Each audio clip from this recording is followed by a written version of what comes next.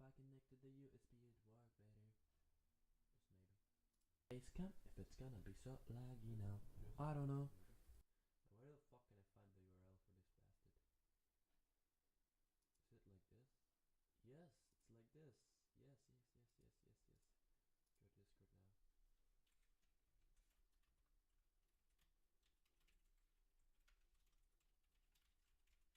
Go to Discord now. Probably should take this too.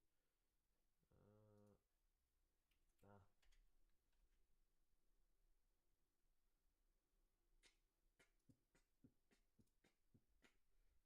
Excellent connection. So Lovewho is absolutely wrong. I'm basing a lot of these, what I'm calling hidden talents or abilities, around the demonstrative function. This is a concept that I've magpied from the Socionics typing system. It is an unusual concept, but one I think is useful to know. A type's demonstrative function can be found by taking their second slot function and changing whether it's introverted or extroverted. So for example, for INTPs and INFPs, it's NI.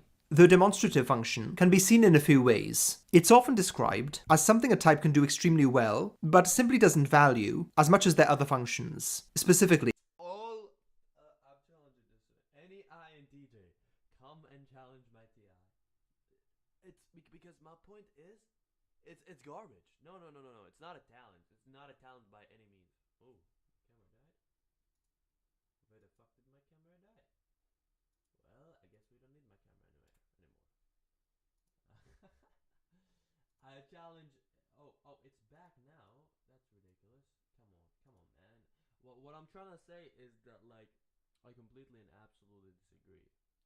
Every it's not something that someone doesn't value. No, no, no, no. It fucks up with their head. That's why it's the critic function.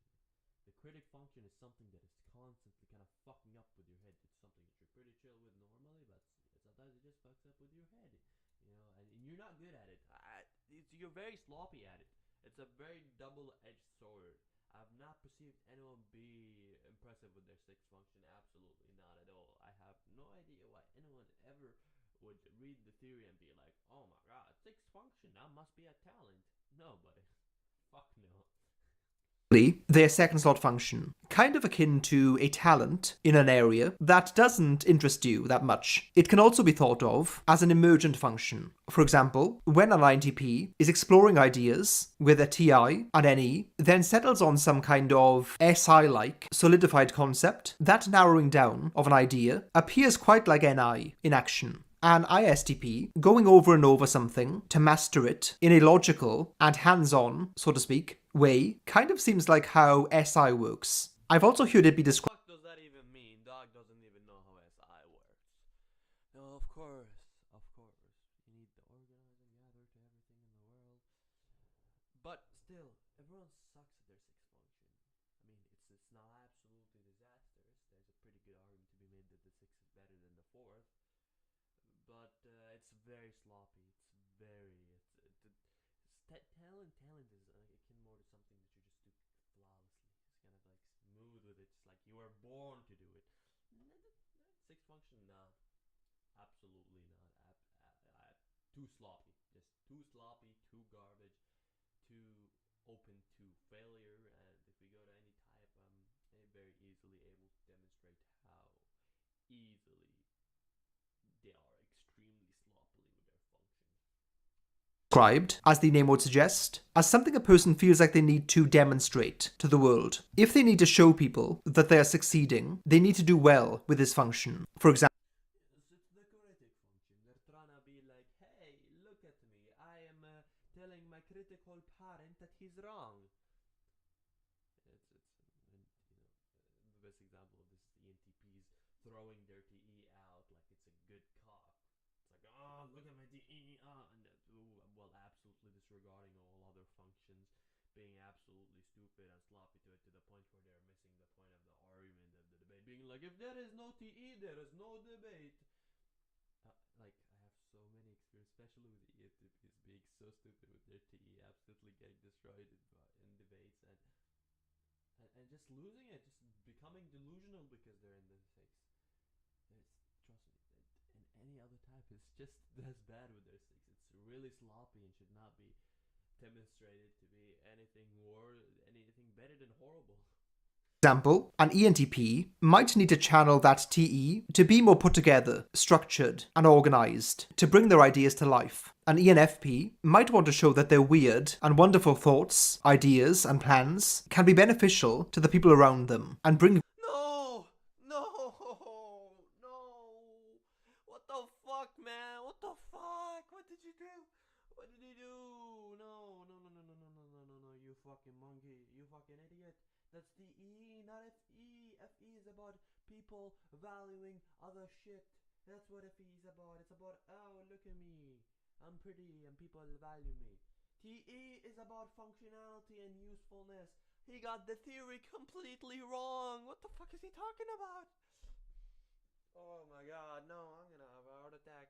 value to the group, or community, or wider audience, in that FE kind of way. The demonstrative function is also less conscious and less intentional in nature. A person will use or demonstrate this function without even realizing they're doing it, like a muscle twitch, something that's instinctive. One final point out. How the fuck does that even work?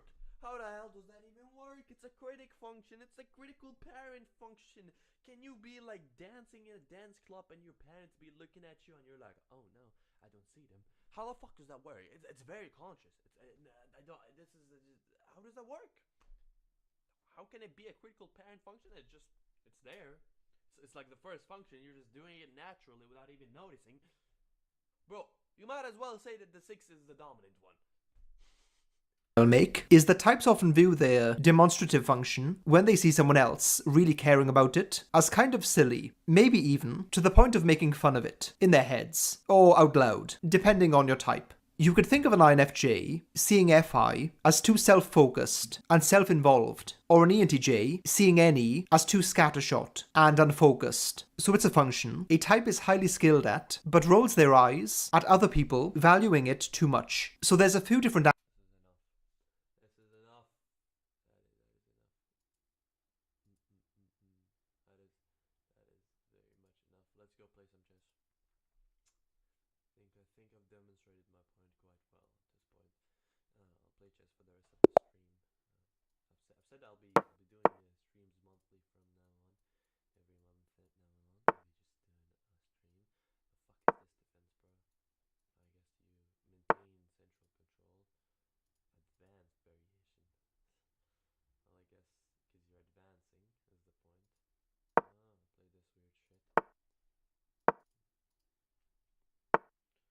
Play this weird shit. The point in chess is a lot of times just to get a good central control. Sometimes that can be difficult. When doing trades, it's very important to remember that any trade has a value. Even if it's like technically, numerically speaking, equal, it might make your position a lot worse. There's obvious ones where, for example, that would leave your king in a very vulnerable position if you do the trade. But less obvious ones would be, for example, what it does to the, um, to the number of black squares and the number of white squares. For example, if like all of the opponents, it normally isn't that obvious, but if it's all of the opponents' pieces are in black on dark squares, and then you go sacrificing only dark squared bishop, then that might cause a lot of trouble. Of course, it depends on position by position basis, but you have to look out for things like that, and learning theory can a lot of times be helpful. It's interesting to see Bobby Fischer had to say about theory. He didn't really like theory all that much. He thought that it de-gamified chess and just made it more of an act of studying than anything else. And he didn't like the idea that almost everything in chess, to a large degree, has become deterministic.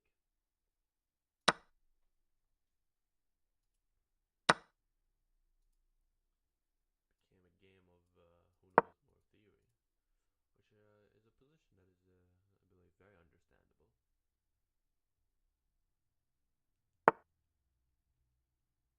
So see, I could take on his pawn here, and but the consequence of that, first of all, if he doesn't take here, then I well, first of all, let me find doesn't take, then I'll have like a screwed up pawn structure, which is not gonna help me to advance further because two pawns on each other is like useless most of the time.